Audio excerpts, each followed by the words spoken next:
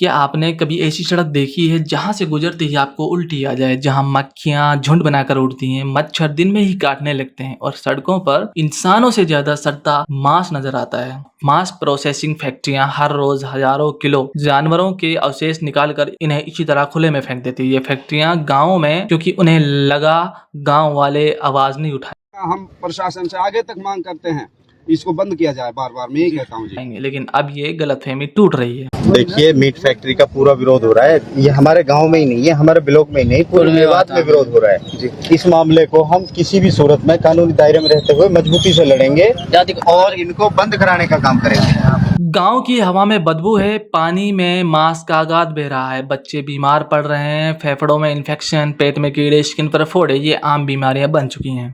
मांस के कचरे से निकलने वाली गैसों में हाइड्रोजन सल्फाइड और एमोनिया होती है, जो सीधे दिमाग और फेफड़ों पर असर डालती है। मांस सड़ने से पैदा होते हैं मच्छर, कीड़े और बैक्टीरिया, और ये सीधे हमारे शरीर में घुसते हैं। साइंस क्या कहता है? WHO के अनुसार जानवरों का कचरा खुले में फेंकना सार्वजनिक स्वास्थ्य के लिए बेहद खतरनाक है। इस तरह की गंदगी से टाइफाइड, कॉलेरा और स्किन डिजीज का खतरा कई गुना बढ़ जाता है। अब देखिए, ये कुछ साल पहले ये गांव हरियाली और शांति के लिए जाने जाते थे। लोग सुबह खेतों में काम करते थे, बच्चे खेलते थे, बुजुर्ग टहलते थे, और आज हर सड़क पर बदबू है, हर कोने में बीमारी है। लेकिन अब गांव जाग चुका है। लोगों ने मिलकर एक स्वर में कहा है, बस अब और नहीं, ये फैक्ट्रियां बंद हों। क्या नाम है जी? सलाहुद्दीन है जी, जलालपुर फिरोज में गाँव मेरा। क्या समस्या मीट फैक्ट्री? समस्या ये है कि आए दिन इनको रोज बोल के जा रहा हूँ, 2-3 गांव के आ जाते हैं और वो क्या काम बोल देते हैं। और जो हमारे गांव के इसमें जो टेंडर लिया हुआ है, भाई अपने गांव के से बात करो, इससे बात करो, उससे बात करो, तो गांव के से जैसे बात करते हैं, भाई अब डाल दिया अपने,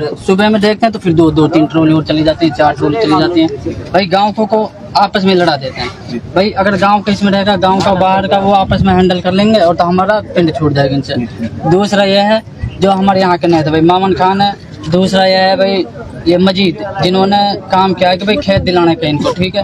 एक मोहम्मद बास का। क्या नाम है जी? नदीम हुसैन। नदीम हुसैन जी, मीट फैक्ट्री के गेट पर पहुंचे हैं, विरोध प्रदर्शन किया है, नारेबाजी की है, किस तरह की समस्या के साथ टारगेट क्यों कर रहे हैं? समस्याएं बहुत है, लेकिन कहाँ कौन कौन सी समस्या में बताएं। फिलहाल हम ये चाहते हैं प्रशासन से और अपने विधायक साहब से ये अपील करते हैं, या तो इन पर रोक लगाई जाए या कानून के दायरे में अपना काम करें, ठीक है। जिस चीज के लिए एनओसी पे इनके साइन किए थे उसको फॉलो करें, वरना हम अब इस चीज को बर्दाश्त बिल्कुल नहीं करेंगे।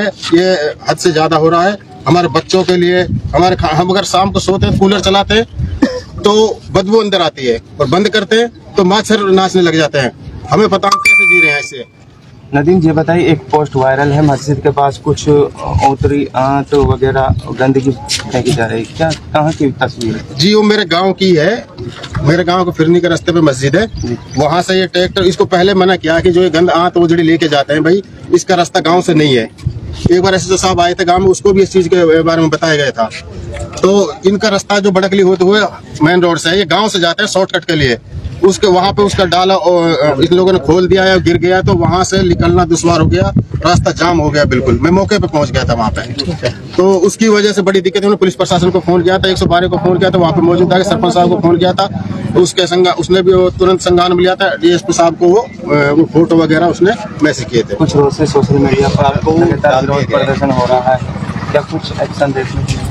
सर यहाँ पे कुछ भी असर नहीं है। सोशल मीडिया पे जो चल रहा है, ट्विटर हैशटैग कर रहा है, उससे कोई फर्क नहीं पड़ा इन लोगों को।